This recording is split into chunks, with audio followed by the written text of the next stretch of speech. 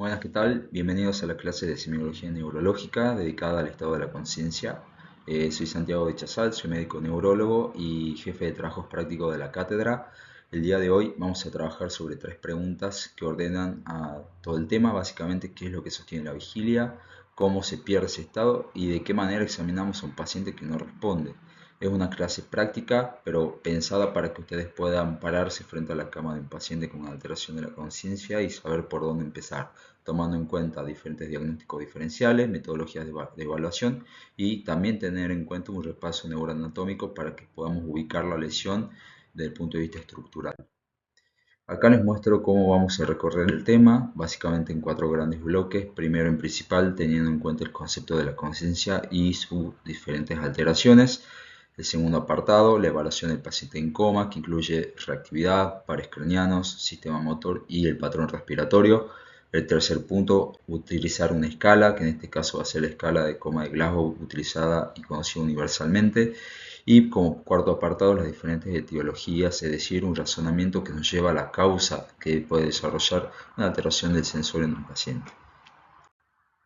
Empecemos por el primer concepto, como habíamos explicado anteriormente. Primero, en principal, que la conciencia, como la definimos, es básicamente el conocimiento que tiene un individuo de sí mismo y de su entorno y se basa particularmente en dos ejes, ¿sí? Un eje cualitativo y un eje cuantitativo. Un eje cuantitativo basado básicamente en la reactividad.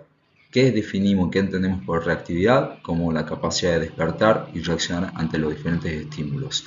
Básicamente el estado de vigilia es el estado de despierto y depende fundamentalmente del tronco encefálico y sus proyecciones ascendentes hacia la corteza cerebral, conformadas por lo que vamos a ver en las diapositivas siguientes como el sistema activador reticular ascendente. El eje cualitativo es el contenido de la conciencia, integrando las funciones cerebrales superiores. Básicamente saber quién soy, dónde estoy, dónde me encuentro, qué fecha soy. Eso depende, como les dije, de la corteza cerebral y de todas sus conexiones subcorticales. Un paciente puede estar despierto, pero puede estar sin contenido de la conciencia, o bien puedes tener la corteza intacta, pero no poder despertar por una alteración importante en el nivel del tronco encefálico. Separar estos dos ejes nos va a permitir localizar la lesión.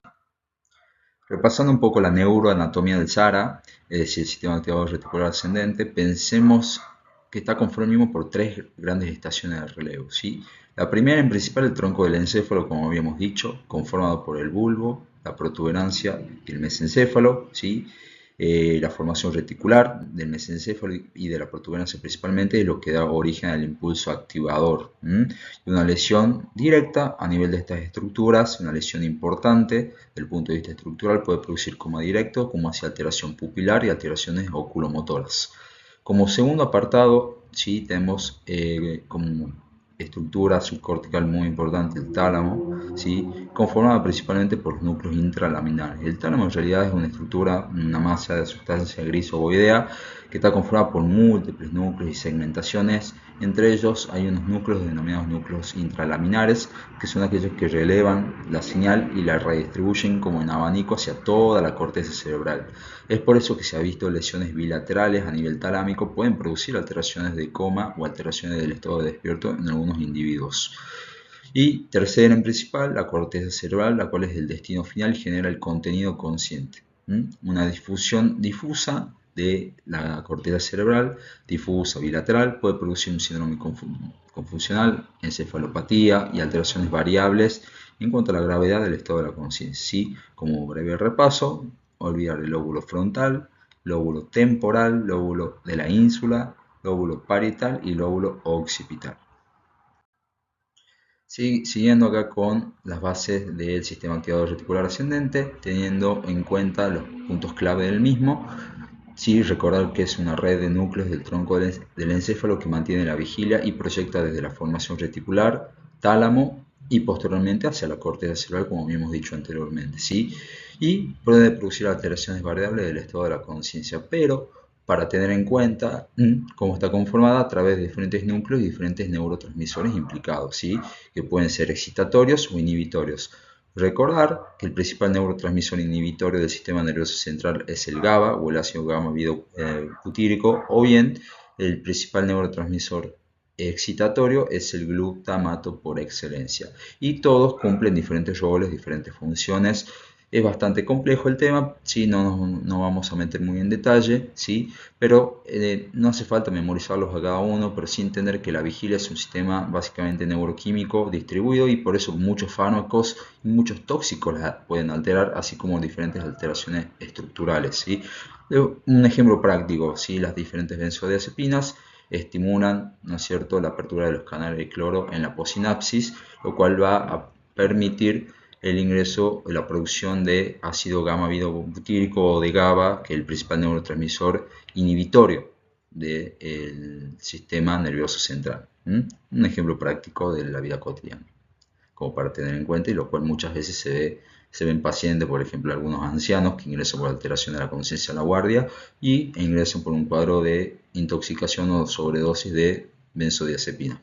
Un ejemplo, por ponerles un ejemplo, ¿sí?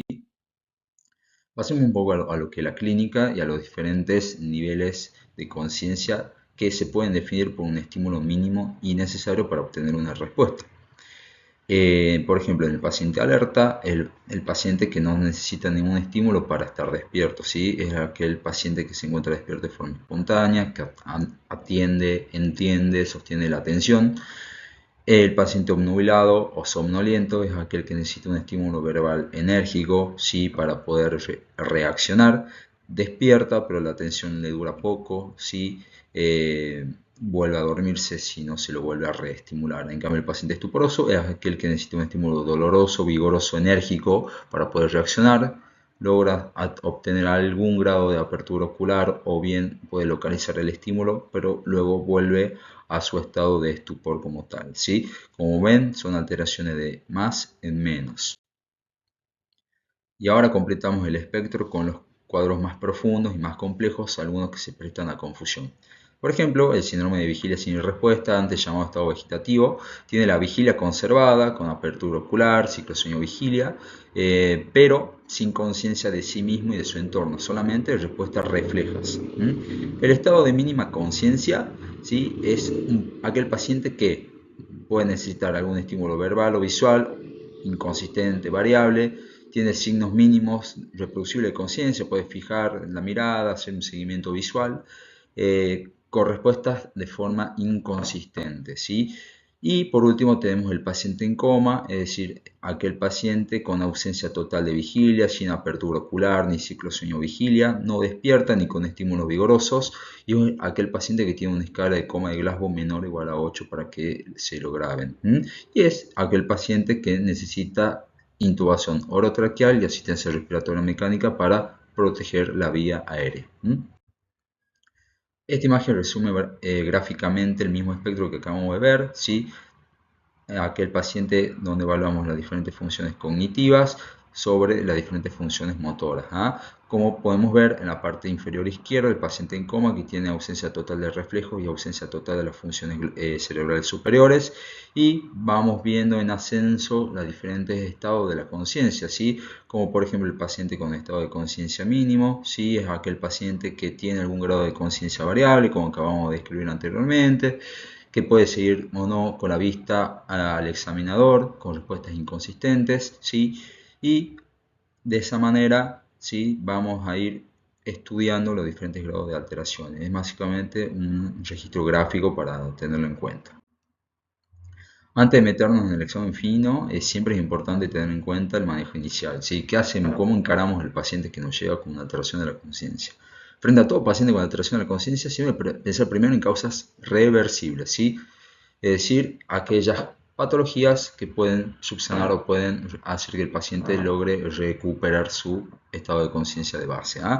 Pero antes de eso tenemos que tener en cuenta siempre el ABC, ¿sí? La vía aérea permeable, la ventilación y la circulación, y si hay trauma o bien no puede excluirlo, siempre tener en cuenta inmovilización cervical, porque eso puede generar en algunos casos, en algún trauma o en algún latigazo cervical, alguna lesión que puede comprometer la médula espinal, y descartar, como siempre les dije, otras causas desencadenantes o que empeoren el estado de conciencia del paciente: hiper o hipotensión arterial, hiperglucemia, acidosis, hipohipertermia. ¿Sí? Es por eso que siempre tenemos que tener en cuenta los parámetros vitales del paciente a su ingreso hospitalario, ¿sí? tomar la tensión arterial, una glucemia capilar, parámetros de saturación, frecuencia respiratoria, etcétera, etcétera.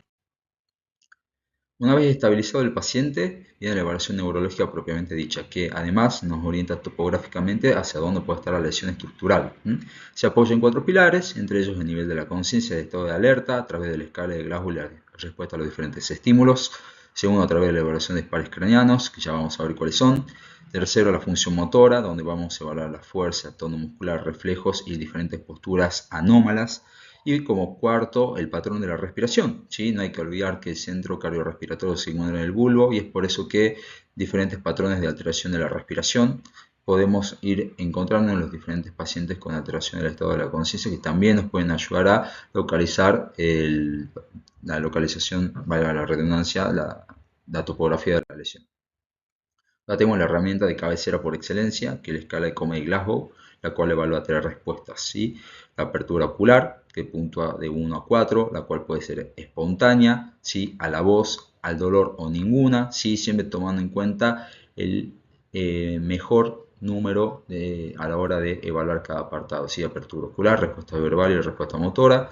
A la hora de evaluar la respuesta verbal, podemos encontrarnos ante un paciente que se encuentra orientado, 5 puntos, un paciente confuso, que se encuentra desorientado temporal-espacialmente, por ejemplo, le asignamos 4 puntos, aquel paciente que no responde con palabras inapropiadas o un lenguaje incoherente, 3 puntos, 2 puntos para aquel paciente que emite sonidos guturales o incomprensibles y 1 punto para aquel paciente que no tiene ningún grado de respuesta. Por último, la respuesta motora, aquel paciente que obedece cualquier orden. Si yo le pido, por ejemplo, que eleve los miembros, ¿sí? Le asignamos 6 puntos. Si aquel paciente que realizamos un estímulo doloroso localiza el dolor, en ese caso le asignamos 5 puntos. Aquel paciente que retira, ¿sí?, el estímulo ante un estímulo doloroso, le asignaremos 4 puntos. Aquel paciente que tiene una postura de flexión anormal del antebrazo sobre el brazo y una extensión de los miembros inferiores, es aquel paciente que se encuentra en postura de decorticación. Como punto número 2, aquel paciente que ante un estímulo genera una postura de pronoextensión, ¿sí?, de extensión anormal de los miembros superiores y de los miembros inferiores. Eso nos habla de postura de descerebración, ya lo vamos a ver también más adelante. Y aquel paciente que no se obtiene ninguna respuesta refleja ante un estímulo nociceptivo es aquel paciente que tiene un punto. Es decir, la escala de Comey-Glasgow la podemos evaluar, ¿sí?, desde un mínimo de 3 a un máximo de 15. Es reproducible, es variable y es por eso que siempre la tenemos que tener en cuenta a la hora del paciente con estado de la conciencia, que es lo que nos va a ir permitiendo reevaluar y ver cómo el paciente va evolucionando. Esta imagen también ilustra la aplicación de la escala de Glasgow en la práctica. Le sirve para fijar las respuestas motoras, que son las que por ahí más cuestan y a la vez las que más peso y pronóstico tienen. Recuerden que una vez un paciente intubado, la respuesta verbal no se puede evaluar y se consigna como una T, ¿sí?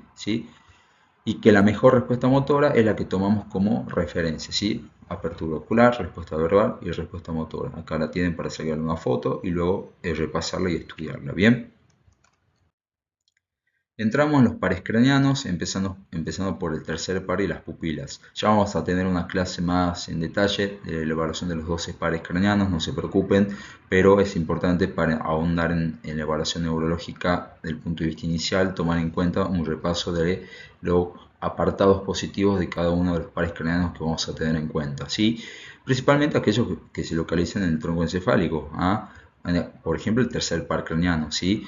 En el tercer par vamos a evaluar principalmente lo que es la motilidad extraocular y la función pupilar, ¿no es cierto? Entonces siempre tenemos que evaluar las pupilas ante todo paciente con una alteración del estado de la conciencia, ¿sí? Porque los diferentes patrones nos pueden orientar hacia el nivel y el mecanismo de la lesión. Por ejemplo, un paciente con una miosis puntiforme unilateral nos puede orientar hacia una causa tóxico-metabólica, por ejemplo, una intoxicación por opiáceos o por benzodiazepinas, o una lesión protuberancial. Aquel paciente con una midrasis bilateral hipo o reactiva nos puede orientar hacia una hipoxia grave, una hipertensión intracraniana, una lesión mesencefálica importante o una intoxicación por drogas simpático-miméticas, como por ejemplo drogas de diseño, anfetaminas, cocaína, éxtasis, etcétera, etcétera. O aquel paciente anisocórico, es decir, que tiene un tamaño desigual entre ambas pupilas. Recordar entre paréntesis que las pupilas pueden medir entre 2 a 5 milímetros. El paciente anisocórico nos tiene que hacer pensar en primera instancia en una herniación del uncus del lóbulo temporal que comprime el tercer par, o bien un compromiso del tercer par a través de un proceso aneurismático de la arteria comunicante posterior, ¿sí? Entonces, acá para repasar, miosis, sistema parasimpático, la vía aferente va a estar dada siempre por el segundo par, por donde ingresa el estímulo luminoso, y la eferencia va a estar dada por el tercer par. En la migrasis influye el sistema simpático, donde vamos a tener como eferencia también el segundo par craneano y como eferencia el sistema simpático brindado por el plexo simpático pericarotídeo, ¿sí? Acá vemos todo lo que es la respuesta pupilar, ¿sí? A través de la aferencia, centro integrador a nivel del tronco, y la eferencia, ¿sí? A través del sistema parasimpático y luego a través del sistema parasimpático, ¿sí? Del sistema simpático, perdón. Reforzando los mismos tres patrones pupilares con sus causas más ampliadas para que los tengan bien discriminados, ¿sí? Pupilas pequeñas, ¿sí? Nos hablan de lesiones pontinas, opiáceos o barbitúricos; pupilas grandes, reactivas de forma bilateral, lesiones tectales a nivel del mesencéfalo por anticolinérgicos, simpático-miméticos como las cocaínas, anfetaminas, droga de diseño como les acabo de decir, cosa que se ve bastante en las guardias sanatoriales y hospitalarias, o en hipertensión intracraneal por compresión bilateral del tercer par, y la compresión unilateral del tercer par por un proceso aneurismático, es decir, la dilatación anómala de la pared de la túnica íntima y muscular de un vaso sanguíneo, por ejemplo una arteria comunicante, o una lesión mesencefálica a nivel de ese núcleo, ¿sí? No se olviden que, a ver, la pupila es básicamente una ventana de lo que está pasando a nivel del tronco encefálico y hay que dedicarle un tiempo al examen, ¿sí? Acá podemos ver las diferentes grandes alteraciones y las diferentes ubicaciones topográficas. Bien, del tercer par pasamos a la motilidad ocular extrínseca. Acá vamos a ver la intrínseca, que es a través del sistema vegetativo. Ahora vamos a ver lo que es la motilidad ocular extrínseca a través de 4 maniobras que nos van a permitir evaluar la motilidad y con ella la integridad del tronco encefálico. Primero, la posición primaria de los ojos, ¿sí? Porque eso nos va a dar bastante información acerca de una posible lesión estructural, por ejemplo, en el caso de las desviaciones conjugadas o disconjugadas de la mirada, que pueden orientar hacia la lesión, como ya vamos a ver. Segundo, evaluar los movimientos oculares de seguimiento, valorar la motilidad voluntaria y las vías supranucleares a través de la evaluación, ¿sí?, en simultánea del tercer, cuarto y sexto pares craneanos. Como tercer apartado, aquel paciente que se encuentra con un estado más comprometido de la conciencia, la evaluación de los reflejos oculocefálicos y oculovestibulares a través del signo de los ojos de muñeca y pruebas calóricas, que también valoran el tronco encefálico. Y como cuarto apartado, movimientos oculares espontáneos que podemos encontrar en un paciente, ya les voy a mostrar un video, como el nistagmo o globo bobinocular, que también ayudan a localizar la lesión. Acá en este caso podemos ver un paciente con una desviación conjugada de la mirada hacia el lado izquierdo, ¿sí? Las desviaciones conjugadas orientan hacia el nivel de la lesión, y acá lo que podemos corroborar a través de una neuroimagen, podemos ver un hematoma intracerebral extenso con desviación de la línea media y compresión del sistema ventricular, dado por un hematoma intracerebral típico de etiología hipertensiva, es decir, ácido hemorrágico. El paciente mira hacia el lado izquierdo, o bien, en este caso, un ACV isquémico extenso en el territorio de la arteria cerebral media. El paciente va a generar una desviación ocular forzada hacia el lado de la lesión, y ya lo vamos a ver en las siguientes diapositivas por qué se produce todo esto. Segundo, maniobra, evaluar los movimientos oculares de seguimiento. Acá le pedimos al paciente, si es que colabora, que siga un objeto, la punta del dedo, una lapicera, y valoramos la motilidad voluntaria y las vías supranucleares, ¿sí?, de arriba hacia abajo, formando una letra H, como ya también lo vamos a ver más adelante cuando estudiemos las clases de los pares craneanos. En el paciente con conciencia preservada esto es sencillo, pero el paciente con la conciencia deprimida, el seguimiento voluntario se pierde y tenemos que apoyarnos en los reflejos que vamos a ver a continuación, ¿sí?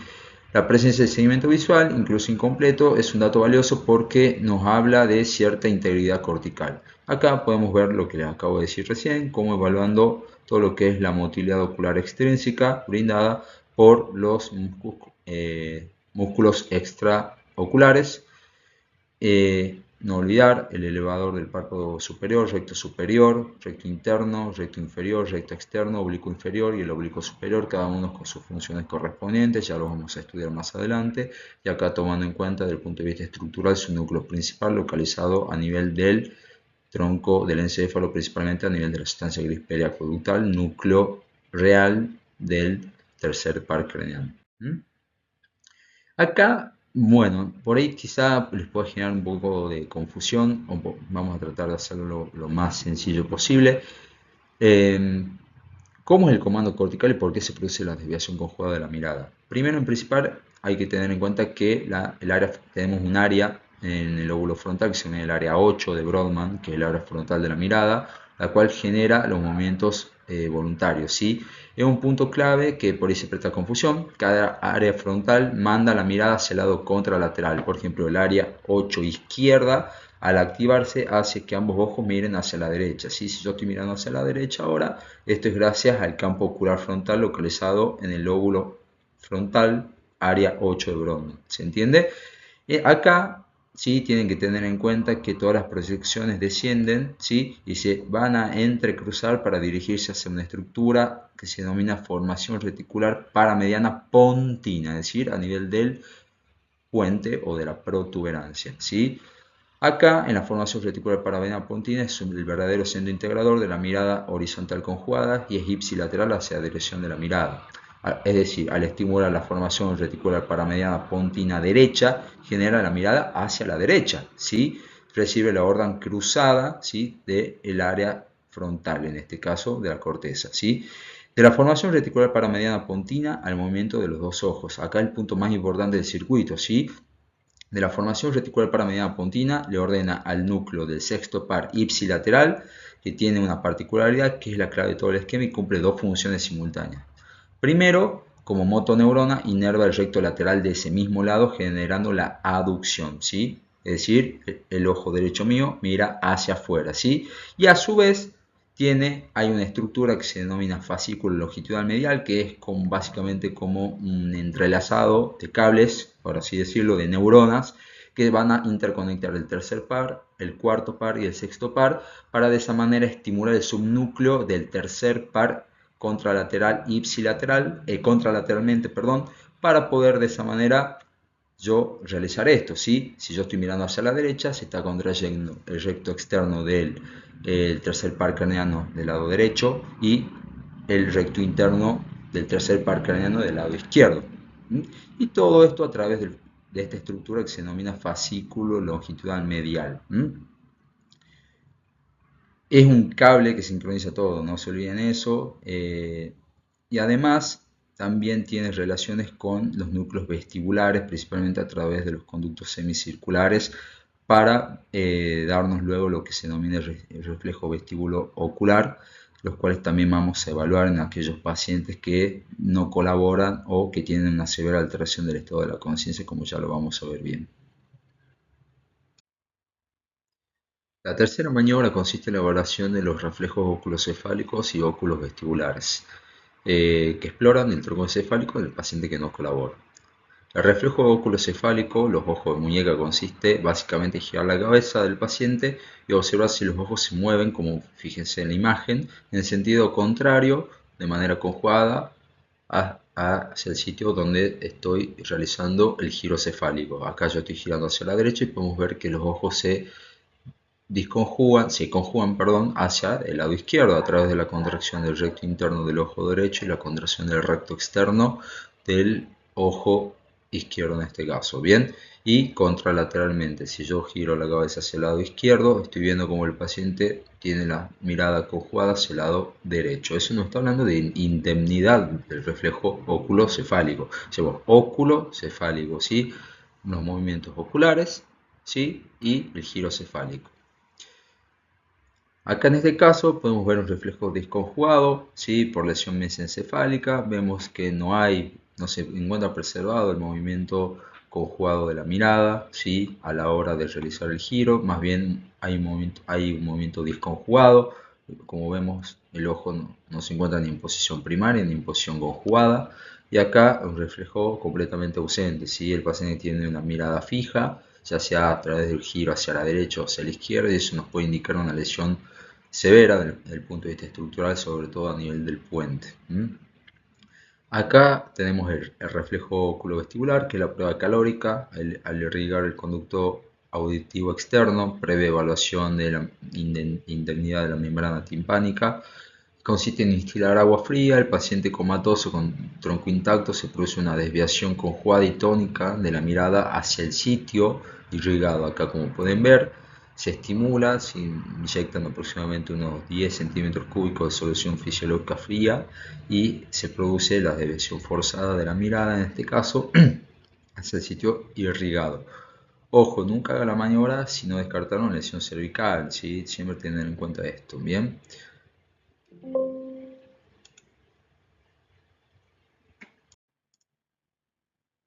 Seguimos con los mismos reflejos para fijar el resultado esperado. Recuerden la regla mnemotécnica del agua fría con la prueba calórica. Agua fría produce desviación forzada de la mirada hacia el sitio irrigado. Y el paciente con corteza aún funcionante, un nistagmo con fase rápida hacia el lado contrario. ¿Sí? Eso ya lo vamos a ver, por ejemplo, en este video.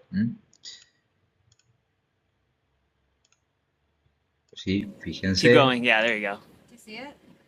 Oh yeah. Oh yeah. It's good. You have to keep But doing it's it. going that way. Yeah, right. It's going. But it it's should go in the yeah. opposite No. direction, right? No, and it's ¿Cómo going. se There it produce? goes. There it goes. Un movimiento espontáneo, Awesome. So you do have to keep unilateral, going. con fase rápida hacia el lado derecho, sitio en el cual se Wow, está look at that. estimulando. That's impressive. Y eso nos está indicando que es una indemnidad del reflejo oculovestibular. Para repasar un poco lo que es el reflejo oculocefálico a través de un video. Párpados abiertos. Fíjense, ¿sí? Se eleva pasivamente los párpados y se produce el giro cefálico, y fíjense cómo se produce la desviación conjugada de la mirada hacia el sitio contrario. Esto es completamente normal, completamente esperable. Y eso nos habla de una indemnidad del tronco encefálico y de todas sus conexiones brindados por el tercer, cuarto, sexto y el octavo par.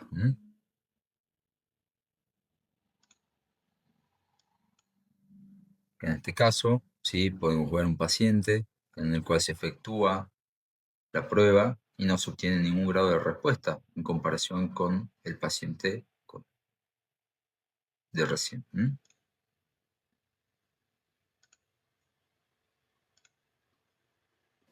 Keep going. Yeah, there you go. You see it? Oh yeah. Oh yeah. En esta diapositiva vamos a ver los movimientos oculares espontáneos, ¿sí? Es decir, aquellos movimientos que observamos sin tocar al paciente, sin pedirle que haga nada, básicamente observar qué hacen sus ojos. Acá, en este video, podemos visualizar la presencia de nistagmo horizontal con fase rápida hacia la derecha, en la cual básicamente el nistagmo consiste en movimientos rítmicos, involuntarios, oscilatorios, que se producen por diferentes lesiones estructurales, ya sean a nivel del tronco encefálico o por afectación del sistema cocleovestibular. También podemos encontrar otra serie de movimientos involuntarios que se denominan bobbing ocular, que consiste básicamente en sacudidas rítmicas hacia abajo con un retorno lento, como se ve acá en la diapositiva, ¿sí? En pacientes con lesiones pontinas o pacientes con diferentes grados de encefalopatía. Luego podemos ver algo que se llama bobbing reverso, que consiste en sacudidas rápidas hacia arriba con un retorno lento hacia abajo y hacia la posición media. Esto es un poco más complejo, más de la especialidad, pero por ahí capaz que lo leen y bueno, les llama la atención. Pero lo que no quiero que se olviden es que básicamente tengo que evaluar si hay movimientos oculares espontáneos que se pueden producir por diferentes lesiones localizadas a nivel del tronco o por afectación del sistema vestibular. Acá cambiamos de pares craneanos. Vamos a evaluar el reflejo corneano, que evalúa el quinto y el séptimo, ¿sí? Y con ello la integridad del tronco encefálico a nivel pontino. La aferencia está brindada por el quinto par, que es el nervio trigémino, que lleva la sensibilidad de la córnea, ¿sí? Y de la cara, ¿sí? De toda la cara, ¿sí? Se divide en rama B1 o oftálmica, rama B2 o maxilar y rama B3 o mandibular.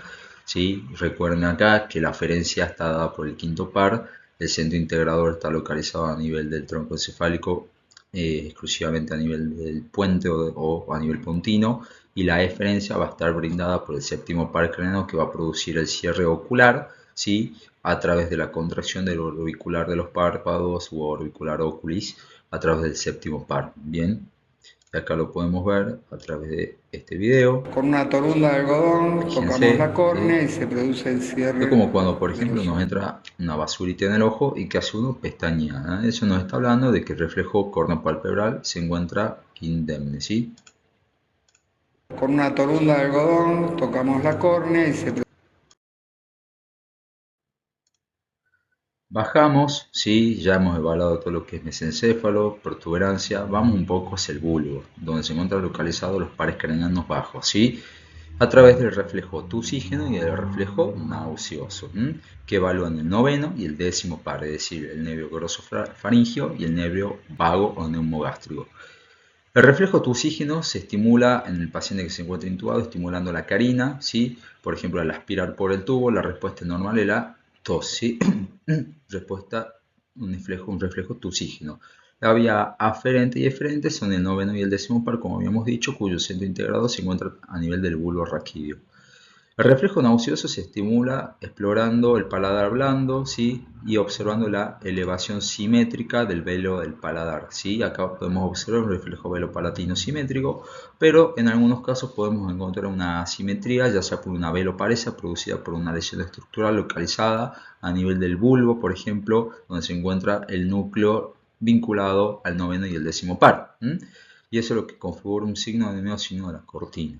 Y acá en esta cuarta imagen podemos ver un paciente con una debilidad total, ¿sí?, una ausencia total de la elevación velopalatina. Esto nos está hablando de un paciente que probablemente tenga severas alteraciones fonodeglutorias por lesión estructural a nivel del bulbo. Bien, acá en estos casos es importante tener en cuenta la colocación nasogástrica, así que el paciente está despierto para proteger la vía aérea y asegurar y evitar las microaspiraciones silentes y con ello el desarrollo de neumonías por broncoaspiración.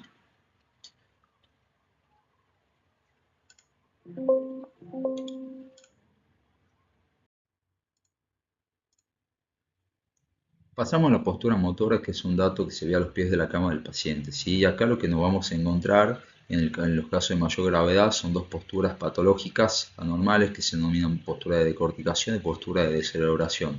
Y esto nos va a estar indicando también desde el punto de vista topográfico la localización de la lesión a nivel del sistema nervioso central. La decorticación es la flexión de los miembros superiores con la extensión de los miembros inferiores, ¿sí?, como se puede ver en la imagen, e indica una lesión por encima del núcleo rojo, a nivel hemisférico o diencefálico. Y acá donde se produce una liberación del haz rubroespinal que genera la flexión de los miembros superiores. En cambio, en aquel paciente que adopta una postura de descerebración ante un estímulo doloroso o enérgico, podemos valorar o visualizar una pronoextensión de los miembros superiores con una extensión y rotación interna de los miembros inferiores, y eso se da por una liberación del haz vestíbulo espinal, que es aquel haz que produce una extensión de los miembros superiores y de los miembros inferiores, ¿sí? La descerebración es la extensión y la pronación de los cuatro miembros, como les dije recién, pero lo que ustedes tienen que tener en cuenta es que es una lesión más baja y mucho más grave a nivel del tronco encefálico, tanto entre el núcleo rojo y los núcleos vestibulares. El pasaje de una decorticación a una descerebración nos habla de algo que se denomina deterioro rostrocaudal. Y acá podemos ver, ¿sí?, un corte coronal, ¿sí?, del encéfalo, y acá podemos adoptar los diferentes núcleos y las diferentes topografías, ¿sí? Aquel paciente con una lesión diencefálica es un paciente que puede adoptar una postura asimétrica, variable, pero aquel paciente que podemos encontrar una lesión mesodiencefálica, es decir, entre el diencéfalo y el mesencéfalo, la postura de descerebración, de decorticación, como le dije anteriormente, y más abajo, más hacia caudal, podemos observar a aquel paciente que adopta una postura de descerebración. Bien, esto es más que nada para que no se lo olviden. El cuarto pilar en el examen es el patrón respiratorio, que también localiza el nivel de la lesión. Recuerden la secuencia rostrocaudal, ¿sí?, es decir, el deterioro que va de arriba hacia abajo desde el punto de vista estructural, ya sea corteza, subcorteza o conexiones subcorticales, diencéfalo y tronco del encéfalo. Acá podemos encontrar diferentes patrones de respiración que nos pueden ir orientando desde el punto de vista estructural hacia dónde se encuentra la lesión. Por ejemplo, en aquel paciente con un patrón de respiración de Cheyne-Stokes, que ya lo hemos estudiado cuando hemos desarrollado el primer parcial semiología del aparato respiratorio y cardiovascular. La respiración de Cheyne-Stokes tiene que tener en cuenta que la amplitud, ¿sí?, de los movimientos respiratorios crece hasta llegar a un máximo y decrece nuevamente hacia un periodo de apnea, ¿sí? Y esto se da principalmente en lesiones supratentoriales, es decir, por encima de la tienda del cerebelo, principalmente lesiones corticales o bilaterales difusas, ¿sí? Principalmente donde predomina la hipoxemia severa. Luego podemos tener otro tipo de respiración que se denomina respiración hiperventilación neurógena central o respiración de Kussmaul, una respiración rápida, regular, duradera, donde la presión parcial de oxígeno se encuentra elevada y la presión parcial de CO2 disminuida con un pH elevado, es decir, en aquellos pacientes con alteración del medio interno y principalmente con lesiones mesencefálicas y en cuadros sobre todo de acidosis metabólica. Bien. Yendo un poco más hacia abajo, localizándonos a través del mesencéfalo, podemos encontrar un patrón de respiración que se llama respiración apnéustica, en el cual son inspiraciones muy amplias por varios segundos y luego apneas y así sucesivamente. Esto se produce principalmente en aquellas lesiones pontinas mediales o más caudales. La respiración cluster también tiene muy mal pronóstico, localizada a nivel de la unión bulbopontina. Son paroxismos de respiraciones que decrecen en amplitud seguido de periodos de apnea, y esto sean lesiones pontinas más graves. Y acá, bueno, el patrón de respiración de peor pronóstico, lamentablemente, que se denomina gasping, es la respiración atáxica, la cual es, como su nombre se indica, incoordinada, irregular, anárquica, y esto se da por lesiones vulvares dorsomediales principalmente, ¿sí? Esto es de muy mal pronóstico y anuncia un riesgo inminente de una parada cardiorrespiratoria, ¿sí?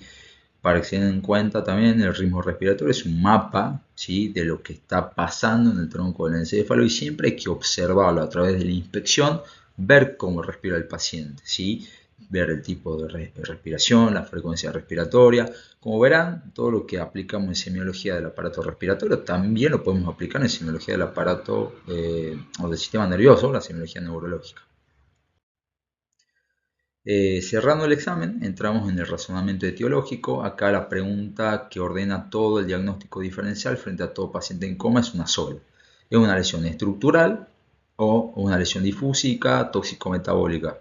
Toda la información que juntamos en el examen a través de la evaluación de las pupilas, el foco motor, el patrón respiratorio, ¿sí?, apunta a responder esta pregunta, porque de la respuesta depende la conducta, ¿sí?, que es lo que ya vamos a ver más adelante, el diferente planteo estratégico del punto de vista del estudio del paciente.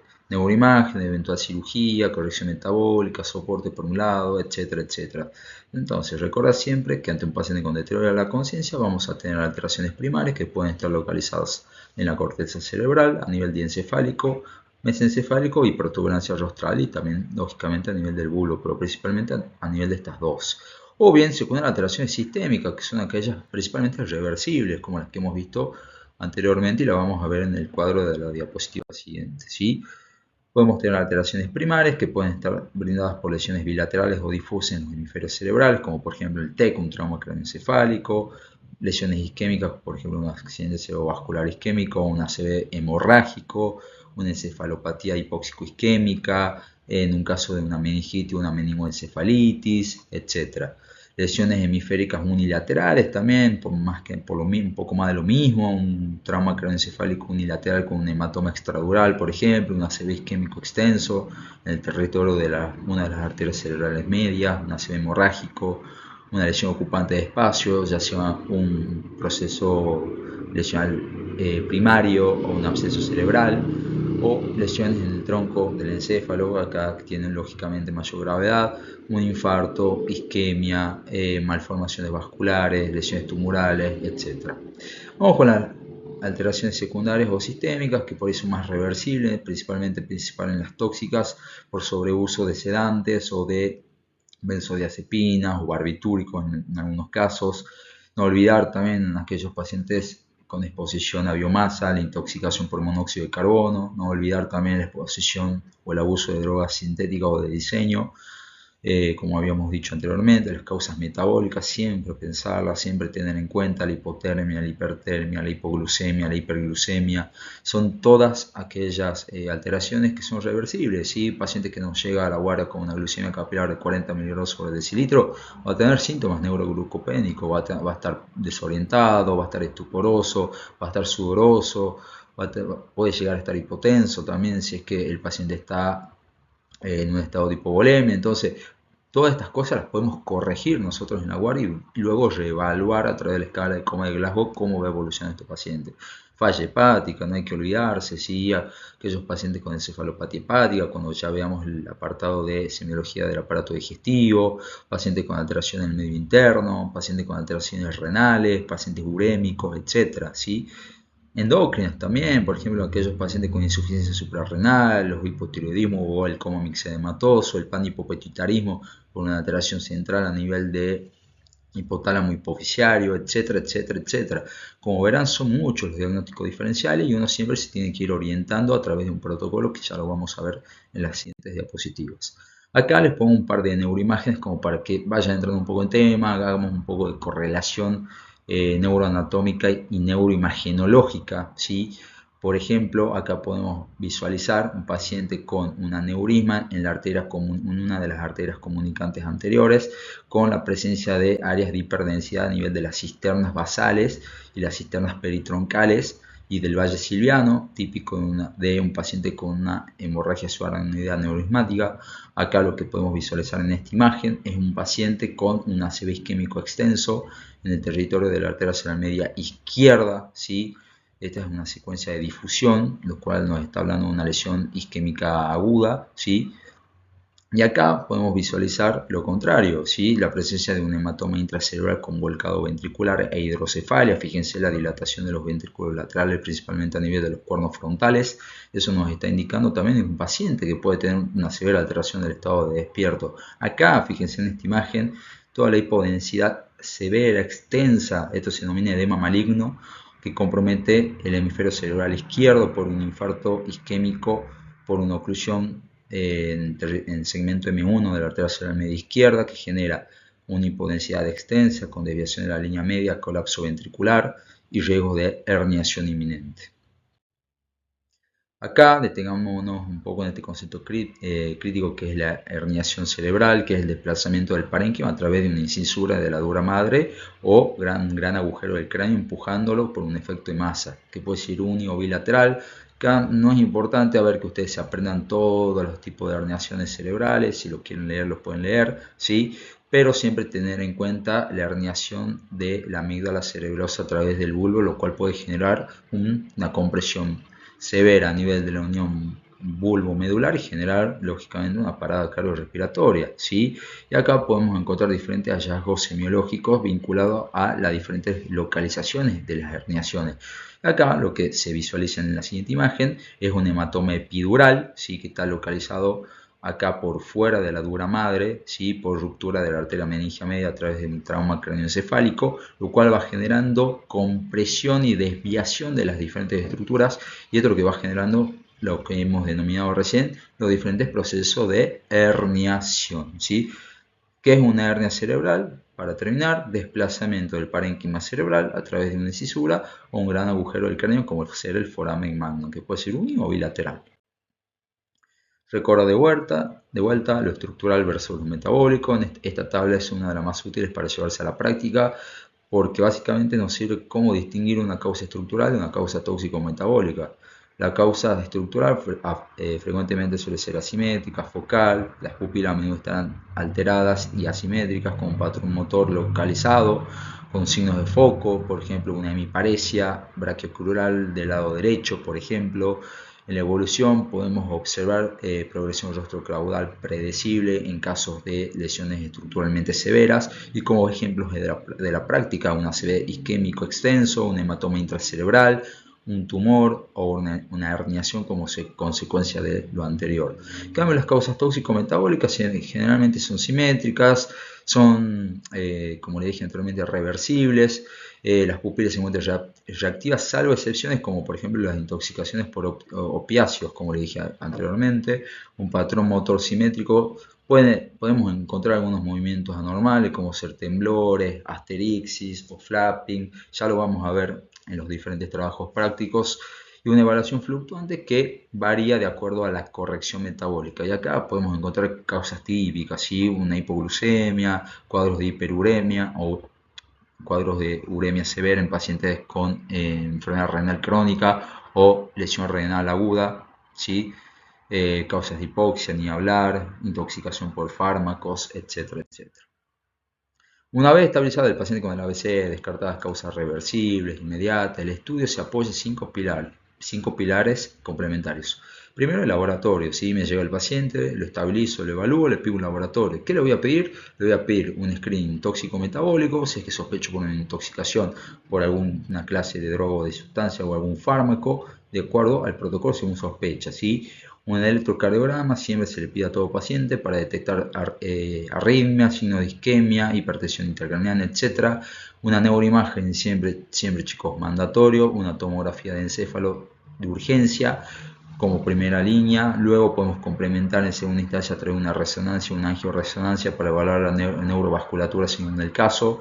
La punción lumbar en caso de sospecha de cuadros infecciosos como ser una meningoencefalitis o una encefalitis, o bien una sospecha de una hemorragia subaracnoidea no traumática, es decir, aneurismática sin una clara neuroimagen confirmatoria. Y por último, un estudio que no hay que olvidarse, que ya lo van a estudiar más adelante cuando curse neurología, el electroencefalograma, para descartar una complicación severa, muchas veces poco pensada, que se denomina estatus epiléptico no compulsivo. En el laboratorio, como le dije, ¿qué es lo que vamos a pedir a todo paciente? Una glucemia capilar inmediata. Primero, a descartar una hipoglucemia, una hiperglucemia, un ionograma plasmático. Las alteraciones del medio interno, como las hiponatremias, generan cuadros de encefalopatía. Una función renal y una función hepática también es clave. Valorar la urea y la creatinina. La urea, sobre todo, para descartar un cuadro urémico que puede estar generando una alteración de la conciencia. Hipertransaminasemia en el caso de una encefalopatía hepática, pedir un estado ácido-base o una gasometría arterial para evaluar la PO2, la PCO2 y el pH, y de esa manera detectar alteraciones del medio interno que puedan generar, ¿no es cierto?, cuadros de alteración del sensorio. Un hemograma para evaluar la serie roja, blanca y plaquetas con un coagulograma, y un screening toxicológico, como les dije recién. Y dirigido ya en el paciente internado, por ejemplo, pedir un perfil hormonal, una TSH, un cortisol, si sospechamos de un hipotiroidismo, una insuficiencia suprarrenal, si sospechamos por intoxicación por monóxido de carbono, dosaje de carboximoglobina en sangre.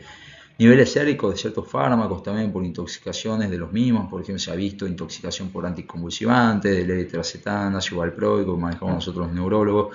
Intoxicación por litio, que se utiliza mucho en psiquiatría, o por digitalicos por digoxina en pacientes cardiópatas. La creatinfosfoquinasa en caso de sospecha de rhabdomiólisis o estatus epiléptico prolongado. Vamos a encontrar una liberación exagerada, marcadores incrementados de la CPK. Pediremos cultivo o urocultivo si sospechamos que la causa puede ser una sepsis, ¿no es cierto? También pensar las causas infecciosas como causas reversibles, pacientes ancianos de la tercera edad que muchas veces ingresan por alteraciones de la conciencia y no presentan el cuadro típico clásico de fiebre, disuria, polaquiuria, pero le pedimos un urocultivo, nos encontramos con una orina piúrica y claramente estamos ante un paciente con deterioro de conciencia vinculada a un proceso infeccioso de base, en este caso urinario, por ponerle un ejemplo. El electrocardiograma, como les dije, para descartar siempre arritmia como causa, bradiotaquiarritmia, signos de isquemia como un infarto agudo de miocardio, alteraciones hidroelectrolíticas que también la podemos confirmar como el intervalo QT prolongado en aquellos pacientes con hipocalemia, ondas tepicudas en las hipercalemias, por ejemplo, que nos orientan hacia causas metabólicas. Y tener en cuenta también la teoría de Cushing, es que esto se da en pacientes con hipertensión intracraneana severa, ¿sí? Pacientes bradicárdicos, ¿sí?, con hipertensión arterial y una respiración irregular es un signo de hipertensión intracraneana grave, ¿sí? Y acá haremos el correlato electrocardiográfico con un correlato neuroimagenológico para ver si se trata o no de una urgencia neuroquirúrgica. La neuroimagen, como le dije recién, una tomografía de encéfalo simple, estándar, sin contraste, de primera línea, todo paciente con deterioro de sensor sin una causa clara, nos sirve para descartar principalmente sangrado, ¿sí? Hemorragia, defecto de masa, desviación de la línea media o hidrocefalia, o signos de herniación, la resonancia de encéfalo si queremos profundizar un poco más, si nos orientamos, por ejemplo, hacia un ACV isquémico extenso, que por ahí no puede ser visualizado a través en la fase hiperaguda en una tomografía, ¿sí? O para precisar en mayor detalle la etiología, una angiotesia, una angioresonancia, si sospechamos una causa vascular, por ejemplo, una oclusión, trombosis de senos venosos, disecciones, aneurisma, y también realizar la punción lumbar, como ya vamos a ver en los apartados siguientes, para estudiar el líquido cefalorraquídeo y evaluar las diferentes causas de encefalitis, meningoencefalitis, etc. La punción lumbar, como le dije recién, a todos pacientes con deterioro de sensor, sin una causa clara, sin una lesión estructural cerebral, sin ninguna alteración hidroelectrolítrica del medio interno o un foco infeccioso no claro, tenemos que punzarlo, ¿sí? ¿Cuándo hacerla? Cuando sospechamos una meningitis o una encefalitis, paciente que llega con excitación psicomotriz, agresividad, o bien paciente sumamente deteriorado, estuporoso, que no responde, con una imagen normal y demás. Bueno, me sirve para descartar un foco infeccioso a nivel del sistema nervioso central, ¿sí? Por ejemplo, una meningoencefalitis que puede ser de origen bacteriana, puede ser de origen viral, puede ser de origen fúngico, ¿bien? O bien también en aquellos pacientes que presentaron una cefalea en trueno o en estallido, o thunderclap como se la denomina, con una neuroimagen normal, estamos obligados a hacer una punción lumbar para descartar presencia de sangrado en el líquido cefalorraquídeo que se expresa a través de xantocromía o glóbulos rojos crenados. Eso también ya lo van a ver más adelante cuando estudien neurología, dato de color también para que lo vayan sospechando y lo vayan incorporando en la práctica, ¿sí? Ahora, siempre, chicos, ¿cuándo pedir una tomografía de encéfalo antes? En un paciente inmunocomprometido, en pacientes con antecedentes de enfermedad del sistema nervioso central, antecedentes de convulsión de reciente comienzo, en pacientes con sospecha de edema de papila o alteración del nivel de la conciencia con déficit neurológico focal. Ahora, contraindicaciones antes de realizar la punción lumbar en sospecha de paciente con defecto de masa o hipertensión intracraniana no evaluada con riesgo de herniación, paciente coagulopático, es decir, con una alteración del TPO del KPTT, ¿sí? O bien una infección en el sitio de la punción, infección de peripartes blandas, entre el sitio de L3 y L4, donde realizamos nosotros la punción lumbar, o una inestabilidad hemodinámica no corregida, porque eso también puede generar complicaciones. Tener en cuenta los valores de presión de apertura normal, que van de 10 a 20 centímetros de agua en el decúbito lateral en adultos, y este es un valor clave para evaluar cuadros de hipertensión intracraniana. Bien, no olvidar, ¿sí?, el electroencefalograma como cuarto pilar. Y acá quiero que presten atención porque es el que más se pasa por alto. Entre un 8 y un 30% de glaucomas no explicados en terapia intensiva se han visto de acuerdo a la Neurocritical Core Society, que recomiendan siempre realizar un electroencefalograma continuo en terapia a todo paciente con coma o alteración de la conciencia sin una causa clara, la cual es una etiología tratable y muchas veces se pasa por alto cuando no se la sospecha, ¿sí?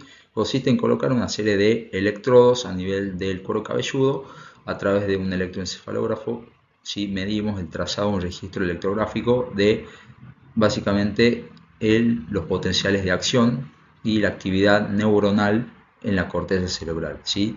Entonces, ¿cuándo lo indicamos? Principalmente en todo paciente con coma o alteración de la conciencia sin una causa clara, con fluctuación inexplicada a nivel de la conciencia, con movimientos motores sutiles, como mioclonías, nistagmos,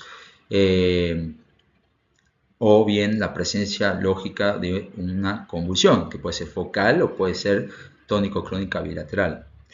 Y un electroencefalograma continuo, ¿sí? Es decir, un monitoreo, un mapeo continuo versus de rutina, eso también variable de acuerdo a la sospecha. Entonces, para terminar, ¿sí?, cerrando con esta síntesis, la secuencia del estudio inicial en 5 pasos. Paso número 1, glucemia capilar y el ABC, antes que cualquier otro estudio complementario. Punto número 2, laboratorio, líquido cefalorraquídeo, electrocardiograma en paralelo con la estabilización. Punto número 3, la tomografía de encéfalo sin contraste, urgente si hay un foco, trauma o una causa no clara. Cuarto paso, ¿sí? Preguntarnos si eso explica el cuadro y si no, una resonancia, una angiografía de acuerdo a la sospecha. Y punto número 5, si persiste sin una causa clara, el electroencefalograma continuo para descartar el estatus epiléptico no convulsivo, ¿sí? Si se llevan de este algoritmo, no se van a perder, ¿sí? Y se van a orientar cómo encarar a todo paciente. No olvidar que no toda causa de alteración del estado de la conciencia es neurológica, sino de hecho la mayoría que uno suele ver en la internación o en la urgencia suelen ser de causas reversibles, ¿sí? Entonces, para concluir las ideas que quiero que se lleven, primero, asegurar siempre la estabilidad del paciente. Segundo, interrogar siempre la medicación que recibió porque muchas causas son farmacológicas. Tercero, evaluar la reactividad. Recién después continuar con el resto del examen neurológico adaptado. Cuarto apartado, realizar un examen ordenado, ¿sí? Evaluar el nivel de la reactividad, los pares craneanos, la fuerza motora, buscar asimetrías, ver el patrón de respiración de nuestro paciente.